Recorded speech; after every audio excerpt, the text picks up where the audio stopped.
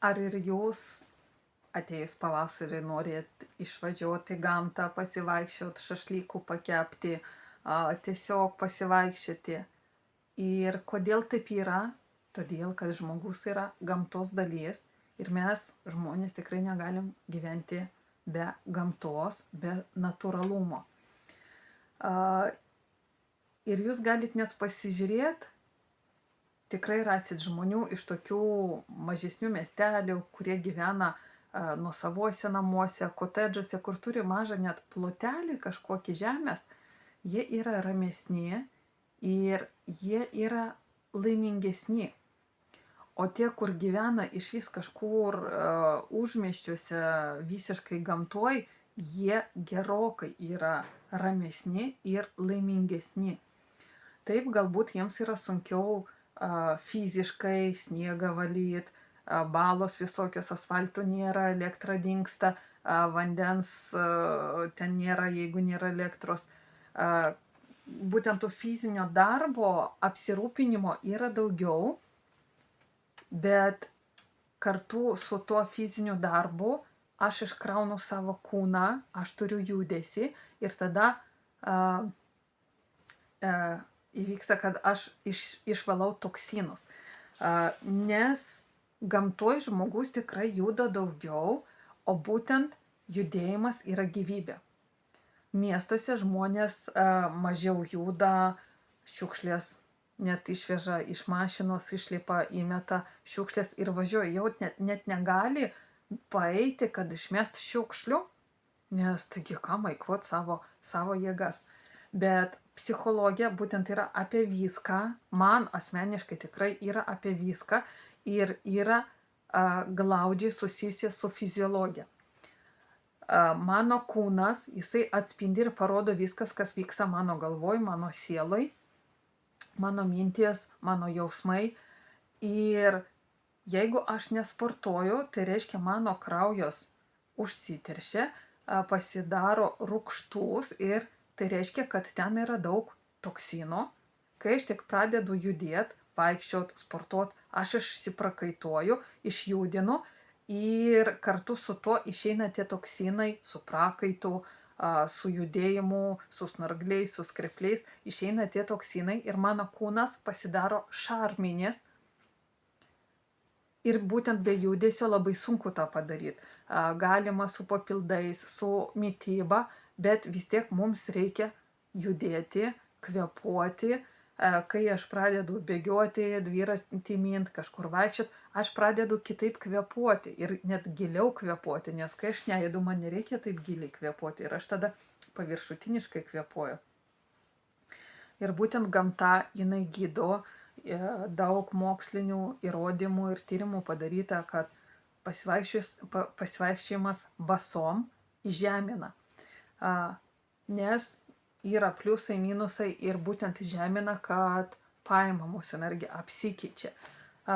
Jeigu žiūrim į žvaigždėtą dangų, tiesiog jaučiam, kad kažkokia galybė, stiprybė nesuvokiama mūsų protui, jeigu dar pagalvoju, o koks ten kosmosas, kokio didumo ir kas jį sukūrė, kad negalėjo tiesiog iš sprogimo susikurt viskas, tai jūsų siela atgimsta. Tada pradedi suvokti tą neamžinybę ir galbūt kartu ir amžinybę, tai visgi mano siela yra amžina, o mano kūnas nėra amžinas ir tada aš labiau pradedu, bet šiuo metu aš turiu galimybę džiaugtis kūnu, aš turiu galimybę eiti, judėti, jausti, kvėpuoti.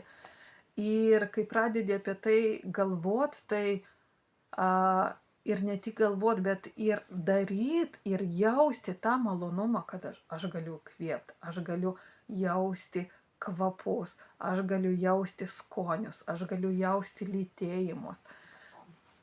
Tai atsiranda džiaugsmas, kai aš suvokiu, kad aš galiu gyventi ir jausti.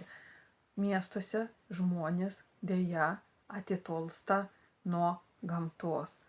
Asfaltas, skubėjimas, dirbtinės šviesos, garsai dirbtiniai, jie neleidžia nusiraminti nervų sistemai ir nervų sistema tiesiog yra perkrauta.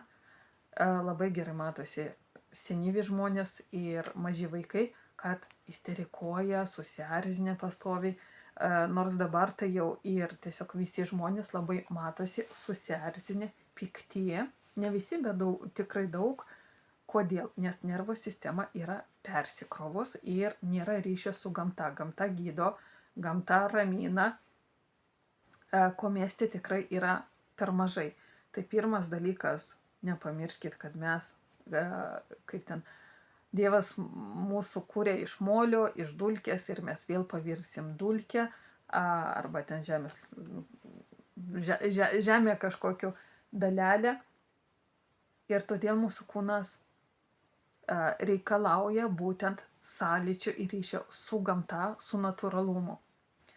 Važiuokit, kaip aš sakau, apkabinkit medžius, žiūrėkit į žvaigždės, sėdėkit prie vandens telkinių, ypač prie tekančių, prie upių ir jauskit, kad jūs esat gamtos dalis.